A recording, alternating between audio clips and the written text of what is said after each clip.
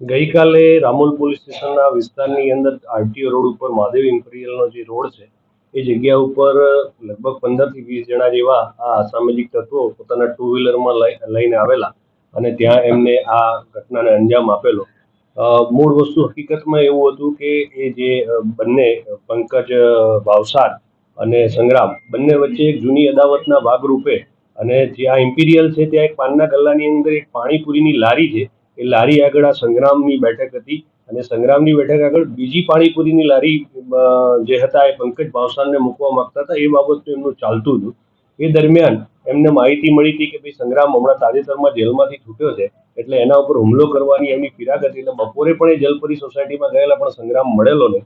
એટલે રાત્રે એની બેઠક આ જે પાન પાર્લર આગળ છે એટલે ત્યાં હશે એમ સમજીને આ સમગ્ર જે ટોળું હતું એ ત્યાં આવેલું અને ત્યાં આવીને એમને સંગ્રામ ત્યાં મળેલો નહીં પરંતુ રસ્તાની અંદર જે પણ ટુ વ્હીલર અને જે રાહદારીઓ હતા એમના ઉપર એમને આ ધોકા અને વરસાદને કરી અને આતંક મચાવેલો હતો.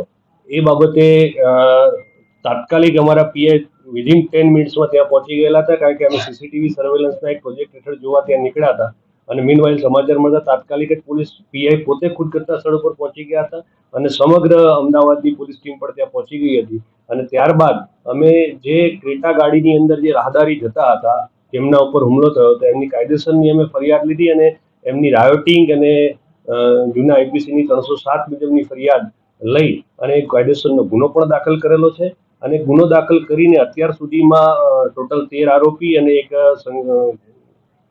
જુવેનાઇલ એમ કુલ 14 જણાને અત્યારે રાઉન્ડ અપ કરી અને આગળની કાયદેસરની કાર્યવાહી ચાલુમાં છે.